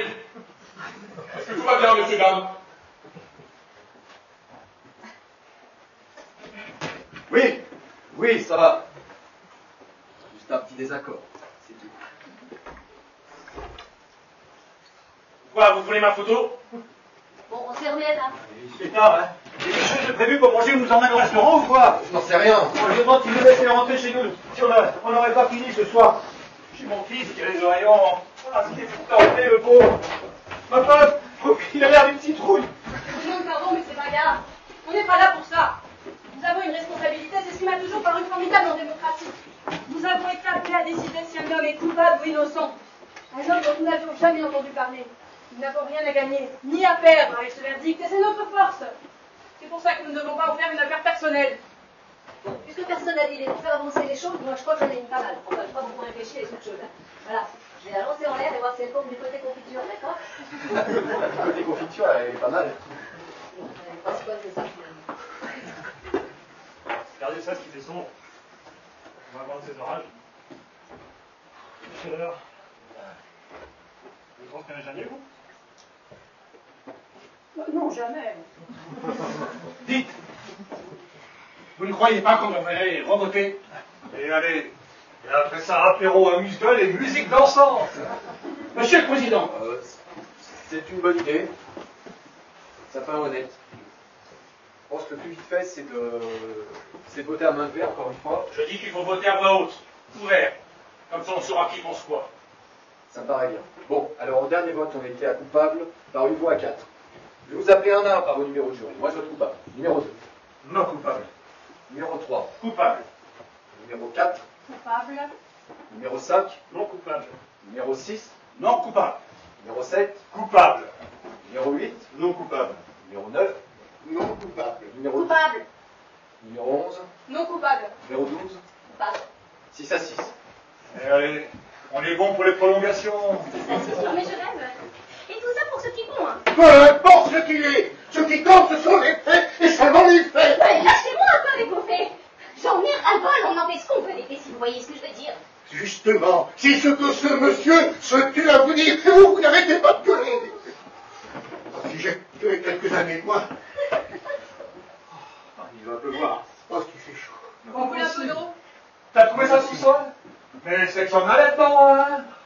Pourquoi vous avez changé d'avis? C'est qu'il m'a semblé que... C'est des jeux pour voir, non? Justement, je trouve qu'il y a beaucoup de détails qui ont été négligés au procès. Détail, mes fesses. Vous vous laissez pour égout par toute une honte. Dame, t'es lourd. Mais non, madame, pas du tout. Ah, bah voyons. Mais vous êtes tous pareils. Vous pensez trop et du coup vous mélangez tout. Vous comprenez? Maintenant, allez, écoutez-moi bien. Vous n'avez pas le... Grande gueule. Quel déluge, hein. Ça va un peu rafraîchir les esprits, vous pensez pas? Peut-être. Qu'est-ce qui tombe? Ça me rappelle l'orage qu'on donne en novembre, au début d'un match. Les autres menaient 7 à 6, mais nous, on restait bien coupés, on fonce dans le terrain. Leur défense a commencé à cibler le terrain. On avait un ailier, Johnson, il s'appelle. Un vrai du canon, ce type. J'aimerais bien retrouver ce truc. Ah oui, je vous ai pas dit, je suis prof de gym, mais je m'occupe de l'équipe de foot du lycée Rosemont. Donc les petits gars, ils avançaient bien. Les autres ne savaient plus donner de la tête avec le Johnson. Tout à coup, l'orage éclate. Une pluie. On ne voyait pas au travers. 2 minutes, on était dans la boue jusqu'aux fesses. On a été obligé d'arrêter là. Je vais ressentir le presse. Ça, c'est de la pluie, hein.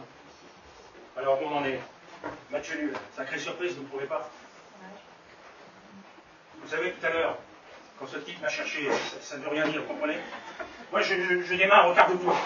Par contre, il a dit que j'étais un justicier, un sadique, ça m'a... Il a voulu me piéger, je crois. Il a réussi. Oui. C'est vrai, il a réussi. Et j'y peux rien, moi. Je suis comme ça. Et puis, ça me remue, ce procès. Je vous garantis que je suis sincère. Nous sommes tous.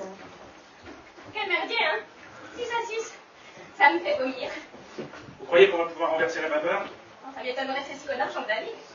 À ceux sur 6 qui ont déjà changé la vie une fois, je vois pas pourquoi on n'arriverait pas à les faire revenir sur leur décision. Oui, mais comment? Par la logique. La logique, je craque. Laissez-la parler, elle est la seule à savoir. Bon. Vous voulez que je vous donne mon avis? Bien sûr. Il faut me laisser tomber. Non, mais ça va pas, qu'est-ce que vous racontez? Ah oui, ces mecs là-dedans, ils seront investis d'une mission tout d'un coup. Ils changeront plus d'avis. Alors, il faut aller voir le juge et lui dire qu'on n'arrive pas à se mettre d'accord, qu'on reste à 6 à 6. Sinon, on va y passer la nuit. Bon, non, moi je vais pas me casser la tête pour ce petit connard, hein. C'est ridicule. Vous avez prêté serment, vous ne pouvez pas changer d'avis. Bon, pourquoi pas? C'est malhonnête. Il fallait voter non coupable. Et j'ai voté coupable parce que je pense qu'il est coupable. Ouais, mais en même temps, vous en avez rien à foutre. Mais comment rien à foutre? Vous arrêtez, ça ne mène nulle part, tout ça. Mais qu'est-ce qu'elle peut, elle? J'ai le droit de donner mon avis en toute honnêteté, quand même. Bien sûr. Et bien alors, c'est mon avis que vous trouvez mieux? C'est ça. On aimerait bien continuer, si vous voulez bien. Mais pour quel ce con? Vous ne pourrez pas laisser tomber. Un jury bloqué, ça compte pour du beurre. Et on devra recommencer le procès avec un nouveau jury. C'est ça que vous voulez? On est un jury bloqué. S'il vous plaît. Bon. Écoutez, voilà ce que je pense. On n'arrive pas à se mettre d'accord. Hein, on est bloqué. Alors je suis prête à aller voir le juge et lui dire qu'on reste 6-6. Moi, je marche. Je vais voir le juge et laisser le gosse se démerder avec un autre jury. Je ne crois pas que la Cour acceptera ça. Nous n'avons pas délibéré assez longtemps. Non, on peut toujours essayer. Je ne suis pas pour. Vous savez très bien que le gosse n'a aucune chance avec un autre jury. On est bloqué. Personne ne va changer la vie maintenant. Il faut le dire au juge. Alors vous, en votre âme et conscience, vous n'avez pas le plus petit doute sur la culpabilité du gosse? Non. Excusez-moi, mais peut-être que vous ne connaissez pas vraiment le sens de « en votre âme et conscience ». Comment ça, je comprends pas vraiment. Mais pour qui est ce procès-là? Vous avez vu ça? Ils sont tous pareils, ceux-là. Ils arrivent chez nous, ventre à terre, trop contents de quitter la merde qu'ils ont chez eux. Et avant qu'on ouvre la bouche, nous la clouer. Mais quel culot, ces mecs. Dites donc, personne ne vous a demandé d'où vous venez, vous. Moi, je suis né ici, mon pote. Et votre père? Laissez-le, ça ne fait rien. Écoute-moi bien, piston. Personne n'a à me dire ce que je comprends, ce que je ne comprends pas. Surtout pas elle. Sinon, je pourrais bien lui arranger la gueule à la boutonne. Oh, arrêtez de vous chamailler, mon Dieu! Pour revenir à notre affaire, oui.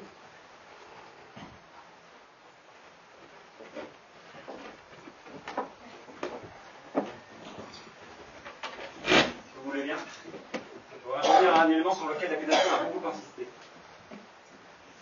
Le fait que le gosse ne se soit pas souvenu tout de suite des films qu'il affirme avoir vus à l'heure du meurtre. Madame aussi l'a souligné. Parfaitement, c'est son seul alibi, il a été incapable de l'étayer par quelque détail que ce soit. À la place du gosse, est-ce que vous pensez que vous auriez pu vous souvenir de quoi que ce soit après avoir reçu le point de votre père dans la figure? Je pense que oui, il n'a aucun souvenir des films et des acteurs qu'il a fait parce qu'il n'était pas au cinéma ce soir-là. La police lui a fait subir un interrogatoire dans la cuisine, à 2 pas du cadavre de son père dans la tête à côté. Dans les mêmes circonstances, vous pensez que vous auriez pu vous souvenir de quoi que ce soit? Absolument. Sous le coup d'une pareille émotion? Sous le coup d'une émotion pareille, oui. Au procès, la mémoire lui est revenue. Il a exactement le nom des films et des acteurs qui jouaient dedans. Oui, son avocat a lourdement insisté là-dessus. 3 mois après le meurtre, c'était facile de se renseigner sur le programme de ce cinéma ce soir-là. Il n'avait plus qu'à le faire apprendre par cœur au gamin. Non, émotion pas. Ce qui compte pour moi, c'est qu'il n'ait rien figuré au policier après le meurtre. Je peux vous poser une question personnelle? Oui, qui vous hier soir? Chez moi. Hier soir d'avant. Mais vous jouez à quoi, là?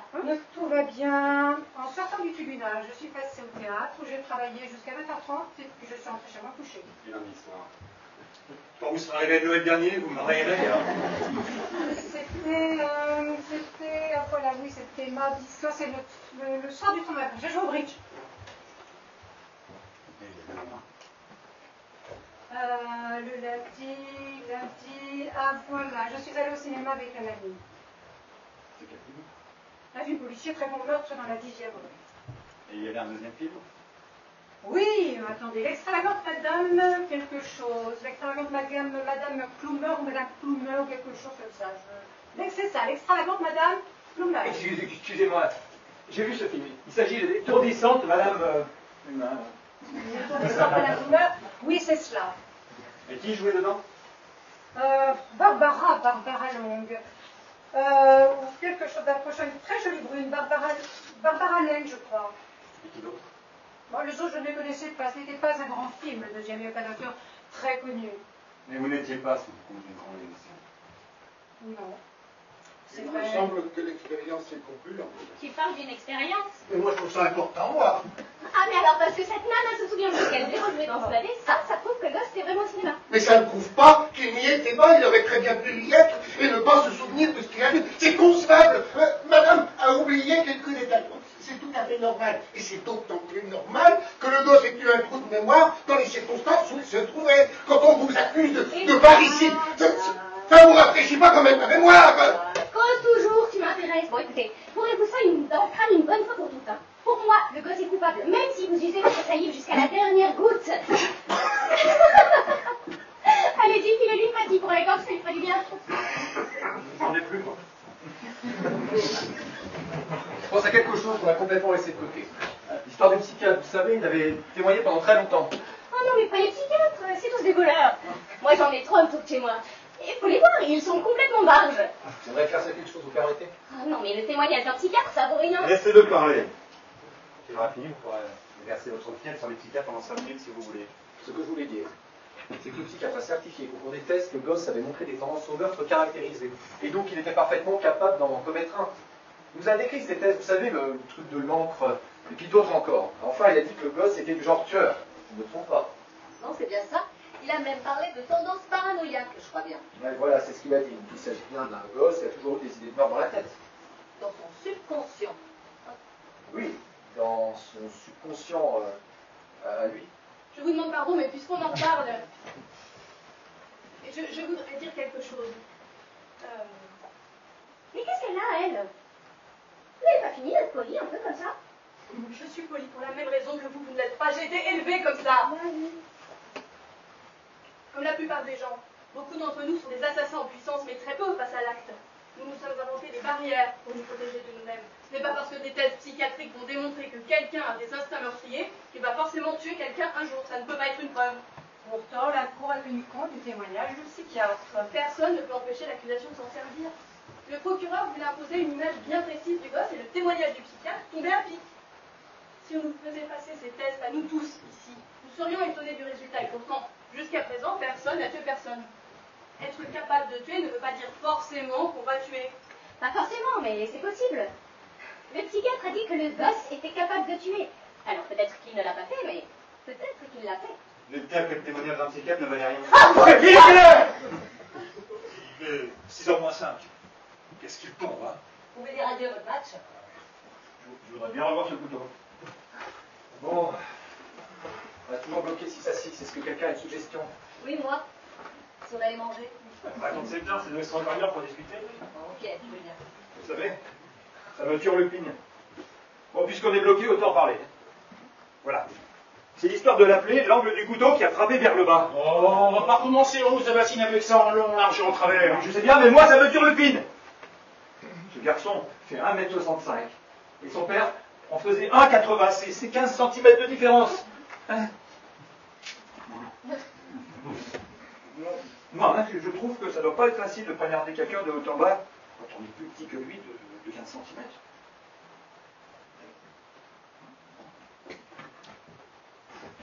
Alors, donnez-moi ça. Bon, puisqu'il faut vous le montrer encore une fois. Quelqu'un veut être cobaye?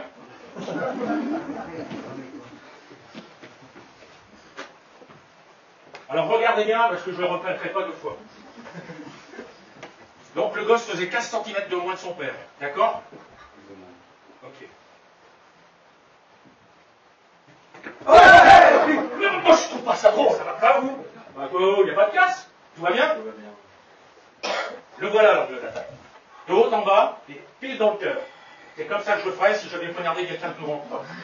Et c'est exactement ce que le gosse a fait. Maintenant dites-moi que ce n'est pas vrai. Bon, vers le bas, et donc d'accord, il n'y a rien à dire. Attendez, faites voir. Je sais, ces choses-là, je l'ai trop vu quand j'étais môme. Vous avez vu comment on s'en sert dans les bagarres? Trop souvent, devant notre porte, dans la cour derrière, dans le caravac d'en face. Dans ce quartier, personne ne sortait sans son couteau. C'est drôle, j'y pensais plus. Et là, c'est pas les bons souvenirs. Hein. Ce genre de couteau, on ne s'en sert pas en le tenant par la manche comme ça. C'est pas logique pour faire sortir la lame. Vous tirez posé la place sur la paume, la lame vers le haut, comme ça. Et ça veut dire que pour frapper vers le bas, il aurait fallu qu'il change de prise le gosse. Alors comment alors? Comme ça, pas en haut. Il n'y a que de cette manière qu'on peut s'en servir.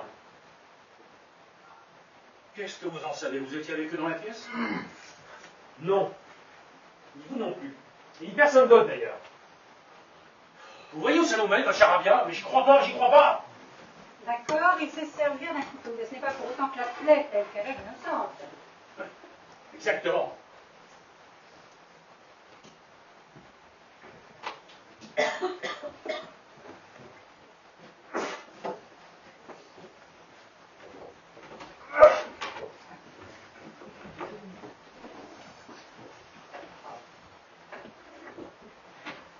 Attendez. D'après la femme d'en face, il semblerait, si je ne m'abuse, non, je ne sais plus.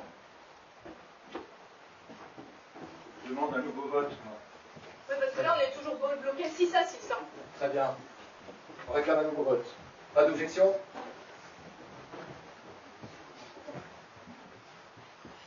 Bon. Allez, on vote. Ok. Bon, bah, le plus vite fait, c'est de voter à main levée. Pas d'objection? Non. Maintenant, ceux qui votent coupable, levez la main. Et ceux qui votent non coupables? 1, 2, 3, 4, 5, 6, 7, 8, 9.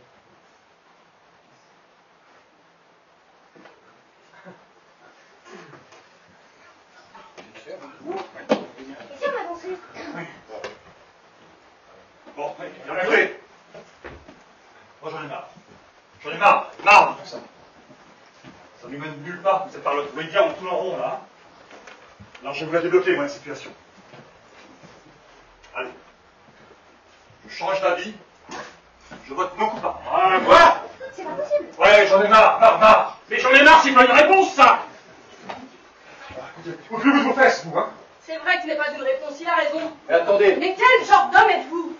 D'abord, vous votez coupable avec la majorité parce que vous êtes pressé d'aller à votre match. Et maintenant, vous votez non coupable simplement parce que vous en avez marre. Ah, écoute-toi, hein. Vous n'avez pas le droit de jouer comme ça avec la vie d'un homme, mais c'est terrible d'agir de cette façon. Vous vous fichez de tout alors. Tu vas la fermer? Non, pas tout de suite.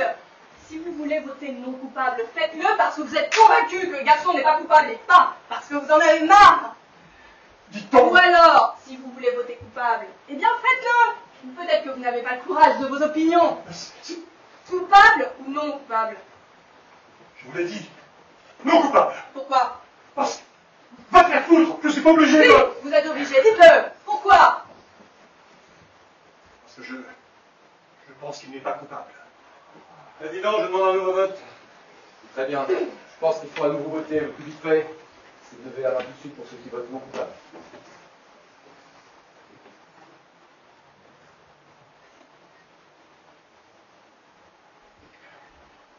Maintenant, ceux qui votent coupable. Non coupable, 9 à 3. Mais je comprends rien à ce que vous faites. Tout ce petit chipotage que vous remettez sur le tapis. Mais comment vous pouvez croire quelque chose? Vous êtes une femme intelligente, vous n'allez pas dire le contraire. Vous connaissez la vie. Mais alors putain de merde, mais regardez un peu nous ensemble. Enfin, vous connaissez ces mecs. Bon, ce type là, je sais pas ce qu'il cherche, lui, tout son baratin sur les psychiatres. C'est lui qui devrait en voir un, oui. Bon, écoutez, faut s'occuper de que des faits. Ces gens-là, c'est des mentalités. C'est comme ça qu'ils sont. Et personne d'intelligent ne fera le contraire. Ils savent même pas ce que c'est que la vérité. Enfin, il n'y a qu'à les regarder. Ils sont pas comme nous, ils pensent pas comme nous, ils agissent pas comme nous. Mais, par exemple, ils leur en voient pas beaucoup pour zigouiller quelqu'un. Mais enfin, c'est vrai, mon Dieu. Mais tout le monde sait ça. Ils se bourrent la gueule avec du vin rouge ou des trucs bon marché comme ça. Ils arrêtent pas de se bagarrer. Mais vous allez où? Mais t'as qu'à sortir pendant que t'y es. Donc, dès qu'ils sont bourrés, bah tiens, il y en a un d'être mort allongé dans le caniveau. On leur en veut pas d'être comme ça. C'est dans leur nature. Ils sont violents. La vie humaine, ça veut pas dire la même chose pour eux que pour nous. Bien sûr, il y en a des bons parmi eux. Je suis la première à le dire, ça. Il y a des bons partout. Et j'en ai même connu qui étaient pas mal. Mais attention, c'est l'exception. Vous savez que vous êtes malade. Malade, moi? Veuillez mieux d'aller vous asseoir. Malade, moi? Espèce de vieux roulant dégueulasse. Non, mais regarde-toi, tu tiens à peine debout. Écoute, j'ai des choses à dire et tu vas les écouter, c'est moi qui te le dis. Vous devriez vous calmer. Mais je veux pas me calmer, enfin. Il n'y en a pas un seul de bon dans toute cette racaille, pas un seul. Et vous le voyez pas? Mais laissez-moi vous dire, bande de tarés. Surtout vous là-bas, dans la vitre. Vous qui savez tout sur tout. On est en danger, nous autres. En grave danger. Et vous le voyez pas? C'est ce gosse-là, sa race. Ils sont en train de nous envahir. Ils sont en train de se multiplier 5 fois plus vite que nous. 5 fois. Mais c'est officiel. C'est dans les statistiques. Et c'est des enragés. Ils veulent nous bouffer, nous anéantir. Mais on est en danger, nous autres. Si on ne fait pas attention, si on ne s'en débarrasse pas à la première occasion, c'est eux qui vont nous avoir. Ils vont nous asphyxier, ils vont nous bouffer. Ta gueule! Vous prenez pour des petits génies? Mais vous feriez mieux de m'écouter. C'est des vicieux, des abrutis, qui veulent leur couper les couilles, oui, c'est ça leur temps, leur couper les couilles. Si ce gosse-là contient, il faut pas le lâcher. Celui qu'on juge là, il faut supprimer avant que cette personne supprime. 0,1 contient, et la loi la porte pour, et l'ancienne s'en fout de moi, je vous le dis. Arrêtez maintenant! Je vous ai assez entendu. Et toi, débile mental, qu'est-ce que tu veux? Hein? T'es entendu? Ah, vous vous êtes entendu! Alors à présent, vous allez vous asseoir et fermer votre claque merde.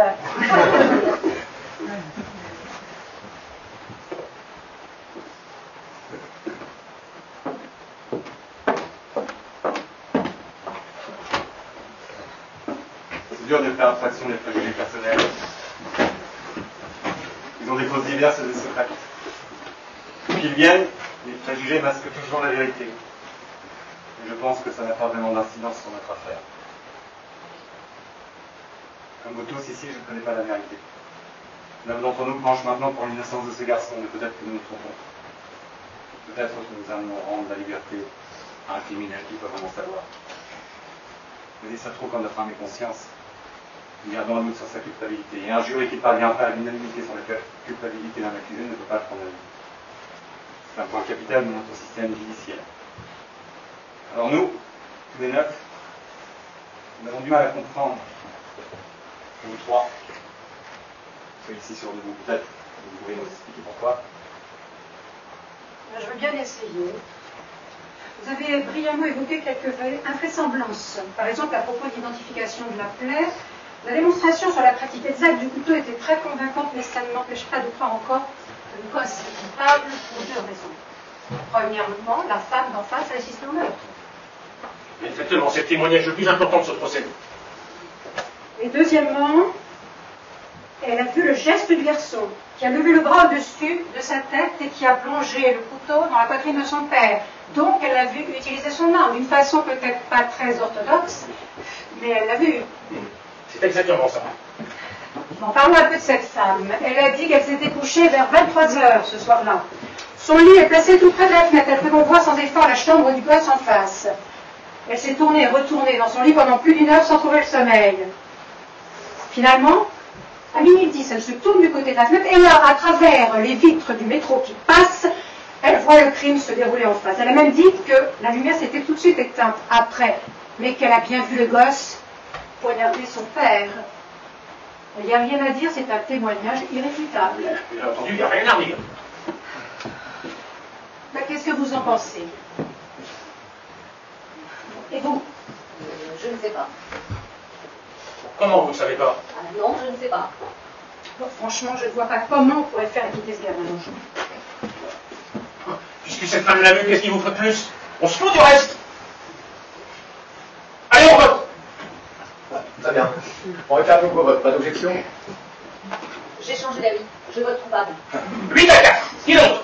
Vous avez l'air de considérer ce changement comme un triomphe personnel. Eh oui, madame, j'aime la compétition. Mais je vais vous dire un truc. On se mettra jamais tous d'accord. Donc il faut en parler au juge. Bah, je ne comprends pas. Vous ne vouliez pas de ça tout à l'heure? Oui, mais j'ai changé d'avis. Bah, je ne comprends pas vraiment pas. Vous disiez que c'était immoral de penser que... Oui, mais finalement, non. Il y a tellement de gens qui tuent ici que dans une semaine, on est encore là. Hein, ne venez pas me dire le contraire.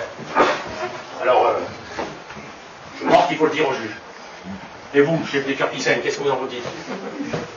Reprenons au début. Là, on a déjà repris le début, et pas qu'une fois. Madame Tournebeuf a déjà fait l'aller-retour. Pardon. Bon, on pourrait décider un temps limite. Il est 6h15. C'est ça, 18h15. Quelqu'un a mentionné 19h tout à l'heure. On pourrait effectivement décider que si à 19h on en est au même point, on doit considérer que nous sommes bloqués pour de bon. Vous ne vous sentez pas bien? Si, je vais très bien, merci. Je disais donc que si... Je vous demandais ça parce que quand je vous ai vu vous frotter le nez comme ça, excusez-moi de vous avoir interrompu, mais ça m'a rappelé quelque chose. J'aimerais bien terminer ce que je disais, si vous n'y voyez pas d'inconvénient. Écoutez, c'est important. D'accord. Merci. Excusez-moi de vous poser cette question, mais pourquoi vous frottez-vous le nez comme ça? Mais je rêve, là. C'est à madame que je parle. Vous voulez bien répondre? Je me frotte le nez parce qu'il me démange. Non. Encore pardon. C'est bien à cause de vos lunettes. Oui, en effet. On pourrait passer... Vos lunettes vous démangent, elles vous laissent des marques très profondes sur le nez. Ça va être gênant, non? En effet. J'ai besoin de savoir, j'ai jamais eu de lunettes, j'ai jamais porté de lunettes de ma vie. Mais on n'est pas chez l'oculiste, là. Hein. La femme qui dit avoir vu le crime a les mêmes marques sur le nez.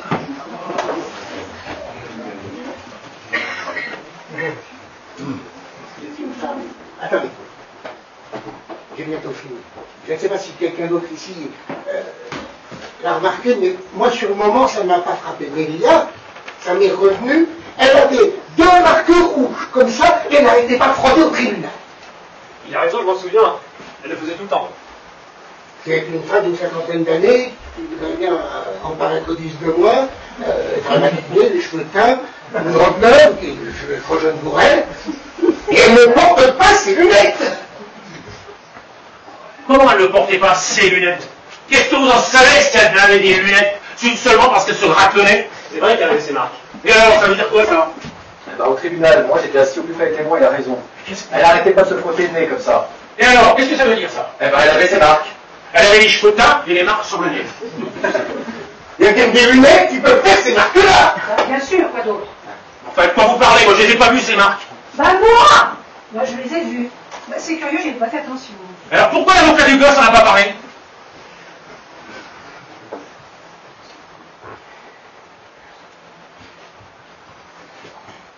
Nous sommes 12 jurés concentrés sur ce procès et 11 d'entre nous ont négligé ce détail. D'accord, Hercule Poirot. Et qu'est-ce que vous faites du procureur? Vous croyez qu'il aurait laissé témoigner une bigueuse? Peut-être qu'il ignorait que cette femme n'avait pas une bonne vue. C'est comme ma femme, quand on sort dans la rue, elle n'aime pas mettre les lunettes. Ok. Elle a des marques sur le nez, des marques de lunettes. Elle ne les porte pas extérieures pour paraître sublime. Mais quand elle a vu le gosse mutiler son père, elle était chez elle. Seule chez elle. Et voilà. Madame, vous êtes jolie. Vous regardez vos lunettes? Bien sûr que non, personne ne garde ses lunettes pour dormir. Donc c'est logique de penser que quand la femme se tournait et se retournait dans son lit en cherchant le sommeil, elle ne portait pas ses lunettes. Mais qu'est-ce que vous en savez? Je ne le sais pas, mais je le suppose. De même que je suppose qu'elle ne les portait pas au moment où elle s'est tournée vers l'appartement pour y jeter un coup d'œil par hasard à Teddy.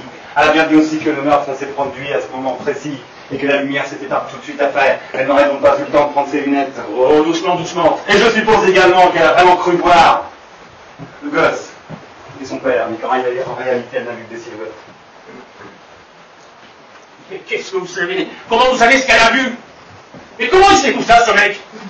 Et vous savez même pas quelle lunette elle portait? Si ça se trouvait presbyte, ou alors elle porte des lunettes de soleil. Vous ne savez rien de rien. Tout ce que je sais, c'est qu'on peut douter que cette femme ait une bonne vue. Reconnaître une personne en pleine nuit, à 15 mètres, sans lunettes. On ne peut pas envoyer quelqu'un sur la chaise électrique sur la voie de témoignage pareil. Hein. Non, ça suffit. Vous ne pensez pas que cette femme puisse se tromper? Non. Vous trouvez que ce n'est pas possible? Ce n'est pas possible. Est-ce que c'est possible? Oui, c'est possible. Je dis non coupable.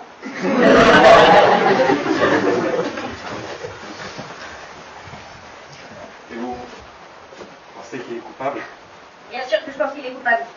Mais vous tous là, les rigolos, les intellos, vous pouvez faire ce que vous voulez. Je m'en fous. Qu'est-ce que vous votez? Non, coupable, c'est bien ce que vous voulez. Alors vous êtes la pire des salopes. Moi je dis non coupable. Je dis coupable.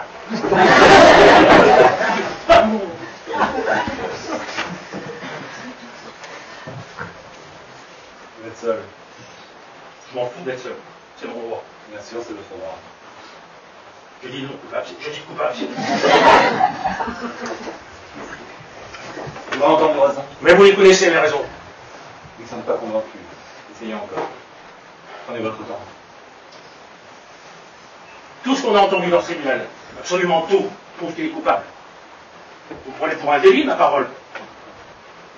Bande de chuchotes. J'ai le droit d'avoir mon opinion. Vous n'avez rien à dire. Et même si je dois en rester là 1 an, ça ne me dérange pas.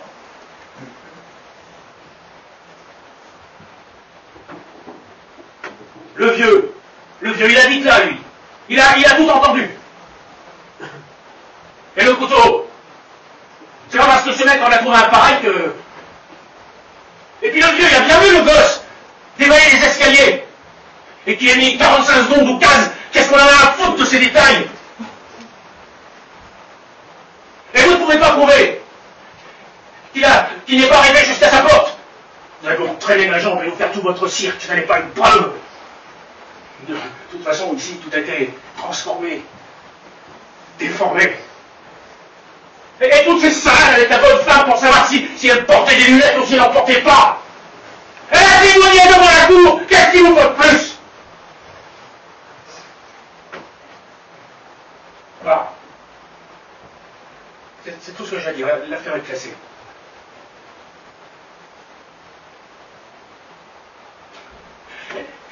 Et le gosse, vous n'avez qu'à entendu gueuler. Je vais le tuer. C'est à son propre père qu'il l'a dit. D'accord, vous êtes une ordure, son père a aidé son père à cette pourriture. Je le connais. Je sais comment ils sont. Comment ils vous tuent à petit feu, jour après jour. Mon Dieu, pourquoi je suis seul à y voir clair? Pourquoi je suis seul?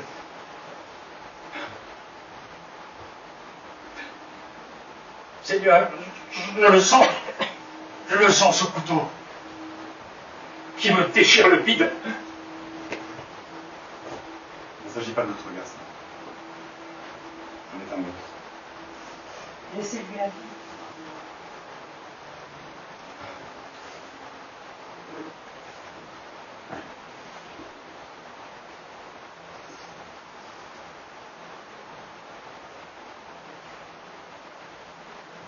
D'accord.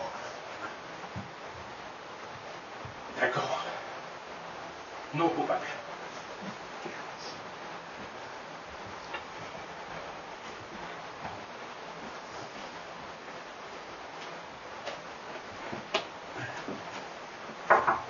Nous avons pris une décision.